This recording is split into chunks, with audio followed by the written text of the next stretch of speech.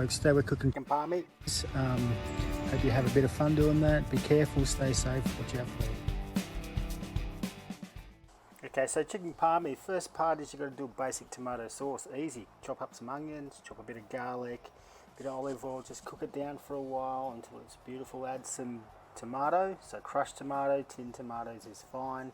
And cook that out with a bit of herbs if you like, just for about 20-25 minutes and you will be done. Great idea, that one. Make sure you cook it low and slow, because the lower and slower you cook it, the better it will be. Just pretend there's no carrots in there, it's just onion and garlic, and pretend you saw me add some tomatoes. Alright, I left the iPad at home, my bad.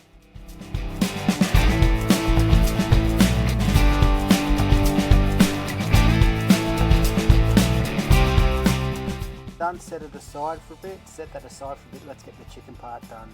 So you're going to butterfly some chicken. Butterflying chicken, I'm just going to cut it straight through the middle, like you're going to see me do right now.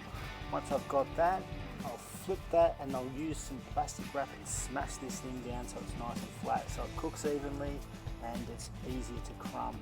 Bit of flour that's seasoned, just give that a shake so that there's not too much on there. Then I dip it into some egg.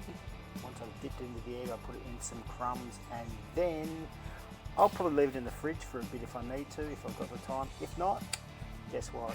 Chuck it in an old fry pan and get it cooking.